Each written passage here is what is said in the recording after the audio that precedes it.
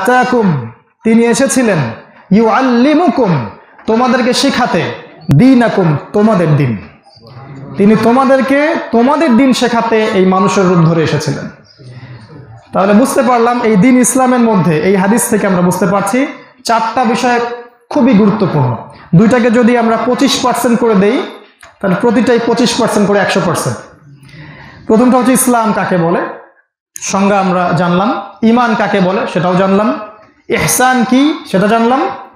আর কিয়ামতের আলামতগুলো কি কি, এই চারটা বিষয় ইসলামের সমান গুরুত্বপূর্ণ।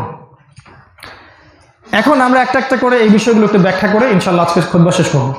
প্রথম প্রশ্নটার দিকে তাকিয়ে দেখুন যে ইসলাম কাকে বলে। সংজ্ঞা দিয়েছে ইসলাম 5টা পিলারের নাম।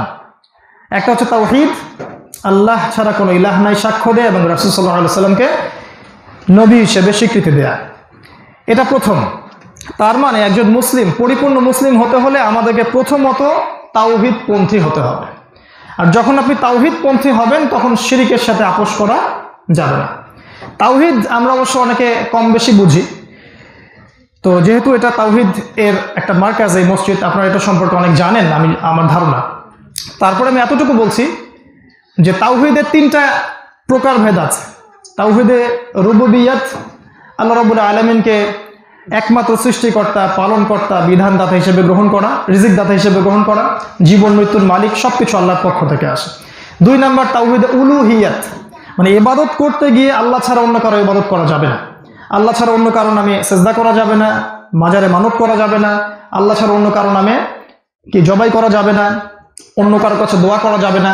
এগুলো তাওহীদে উলুহিয়াতের অন্তর্ভুক্ত। আরেকটা আছে তাওহীদ আসমা ও সিফাত, আল্লাহ পাকের যে নামগুলো আছে, ইসমগুলো আছে, সিফাতগুলো, এগুলোকে পূর্ণ বিশ্বাস করা এবং এগুলো সমাজে, নিজের জীবনে, পরিবারে বাস্তবায়ন করা। এই 3টা হচ্ছে তাওহীদের ক্যাটাগরি। তাওহীদের বিপরীতটা কি? বিপরীতটা শিরক। কারো আমল নামে একটা শিরক থাকলে ওই অবস্থায় মৃত্যুবরণ করলে জাহান্নামে যাওয়ার সম্ভাবনা প্রচুর। আমি বলছি না জাহান্নামেই যাবে, জাহান্নামে যাওয়ার সম্ভাবনা প্রচুর। যদি তওবা করে আল্লাহ পাক মাফ করে দেবেন ইনশাআল্লাহ। শিরক এমন একটা পাপ, আপনারা আগে অনেক শুনেছেন এগুলো নিয়ে লেকচার, যেই পাপটা আল্লাহর কাছে সবচেয়ে বেশি অপছন্দনীয়, ঘৃণিত। আল্লাহ পাক অভিসম্পাত বর্ষণ করেন মুশরিকদের উপরে, যারা শিরক করে তাদের উপরে। এখানেও 3টা বিষয় আছে। শিরক 3টা ক্ষেত্রে হয়, সংক্ষেপে বলছে। একটা হচ্ছে বিশ্বাসে শিরক হয়, আকীদায় শিরক হয়। কেউ বিশ্বাস করে যে আল্লাহ ছাড়া অন্য কেউ সন্তান দিতে পারে, মুশরিক। কেউ বিশ্বাস করে আল্লাহ ছাড়া অন্য কেউ জীবন দিতে পারে, মুশরিক। আল্লাহ ছাড়া কেউ শেফা দিতে পারে, সেও মুশরিক। কারো বিশ্বাস যদি থাকে আল্লাহ ছাড়া অন্য কারো কাছে দোয়া করলে পাওয়া যাবে, অন্য কারো কাছে নজর মান্নত করলে উপকার হবে, এগুলো সম্পূর্ণ শিরকি আকীদা। এটা হচ্ছে আকীদার শিরক, বিশ্বাসের শিরক। 2 নম্বরটা হচ্ছে কাজের শিরক।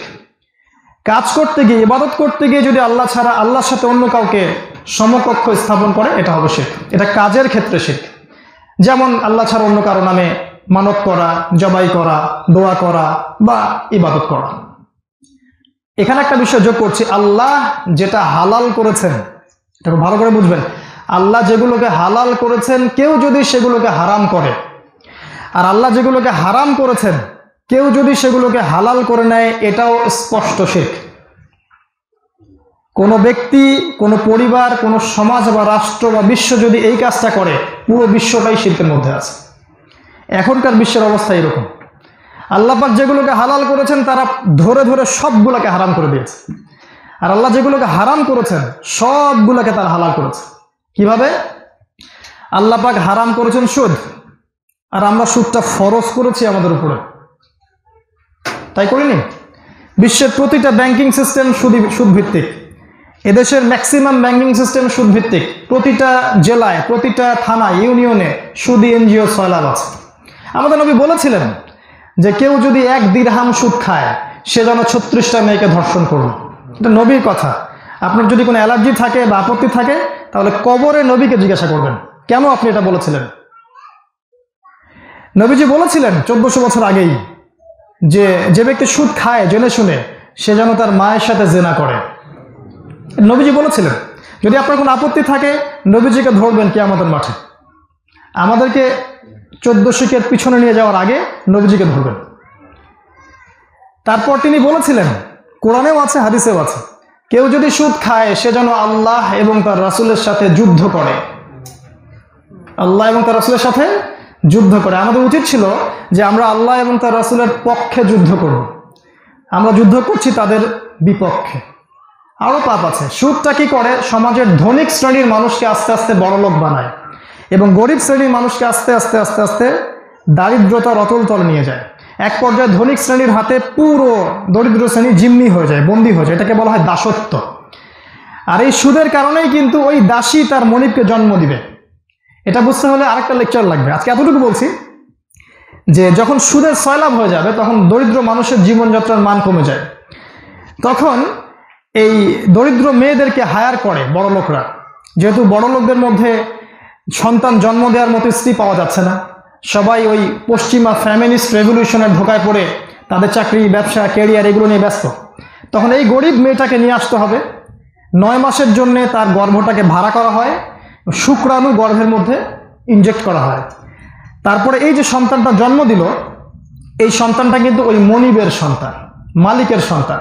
এই জন্য নবীজি বলেছেন, দেখেন, দাসী তার মনিবকে জন্ম দিবে। এখন এই যুগে বাস করছি আমরা। America, Britain, France, Germany, Singapore, এই কান্ট্রিগুলো যেগুলোতে আছে, এগুলোর মধ্যে মেয়েদের এখন জীবনযাত্রার মান এত উঁচু, তাদের ক্যারিয়ার, তাদের চাকরি, তাদের ব্যবসার পেছনে এত বেশি ব্যস্ত, ওরা সন্তান জন্ম দেওয়ার মতো সময় পায় না। তখন বাংলাদেশ, পাকিস্তান, মিয়ানমার, শ্রীলঙ্কা এই জায়গাগুলো থেকে মেয়েদেরকে তারা ভাড়া করে এবং সেখানে তাদের গর্ভটাকে তারা কিনে নেয় 9 মাসের জন্য। 9 মাস আমার সন্তানটাকে জন্ম দিয়ে দাও, তোমাকে আমি $2000, $5000, $10,000 দিব। এই দেখেন দাসী এই মেয়েটা। আর এই যে মনিব, যে সন্তানটাকে জন্ম দেওয়া হলো, এই সন্তানটা মালিকের ছেলে, দাসী তার মালিককে জন্ম দিল। এই হাদিসটা আজকে থেকে 200 বছর আগে বোঝার বুদ্ধি ছিল না, এই ব্যাখ্যাটা করার সুযোগ ছিল না। এখন সেটা করতে পারি আমরা। ইসলাম এমন একটা রিলিজিয়ন যেটা প্রত্যেক যুগের জন্য, শুধু আমাদেরকে মাথা কাটাতে হবে। খালি তোতা পাখির মতো কোরআন হাদিস রিডিং করলেই হবে না, মুখস্থ করলেই হবে না। আল্লাহ পাক বলেছেন এই কোরআন এবং হাদিসটা লিকাউমিন ইয়াতাফাক্কারুন, সেই সম্প্রদায়ের জন্য যারা চিন্তা ভাবনা গবেষণা করে, যারা মানে গবাদি পশুর মতো কোনো সেন্স কাজ করে না, চিন্তা করে না, ভাবনা করে না, ফিকির করে না, তাদের জন্য এই ধর্মটা না, তাদের জন্য অন্য ধর্ম আছে।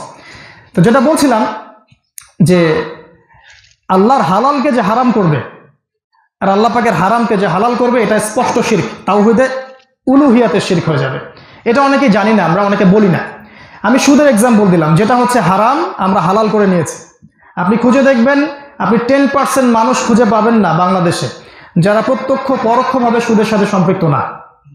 আমাদের নবীজি বলেছিলেন শেষ জামানে একটা যুগ আসবে যখন একটা ব্যক্তি খুঁজে পাওয়া যাবে না যে 100% সুদ থেকে মুক্ত থাকতে পারবে।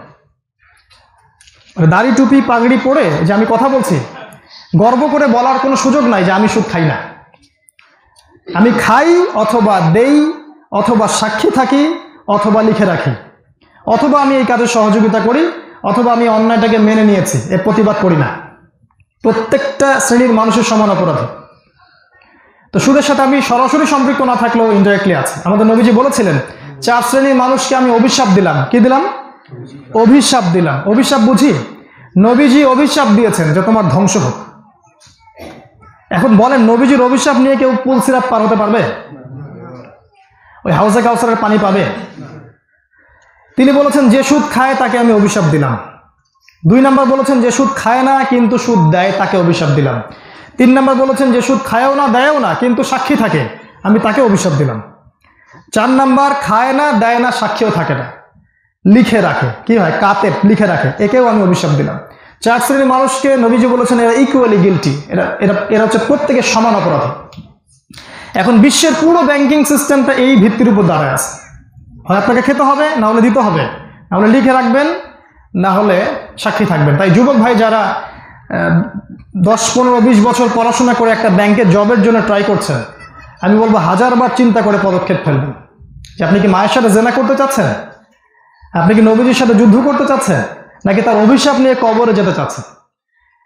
চিন্তা ভাবনা করে কাজ করবেন। আল্লাহ পাক বোঝার তৌফিক দান করুন। আল্লাহুম্মা আমিন।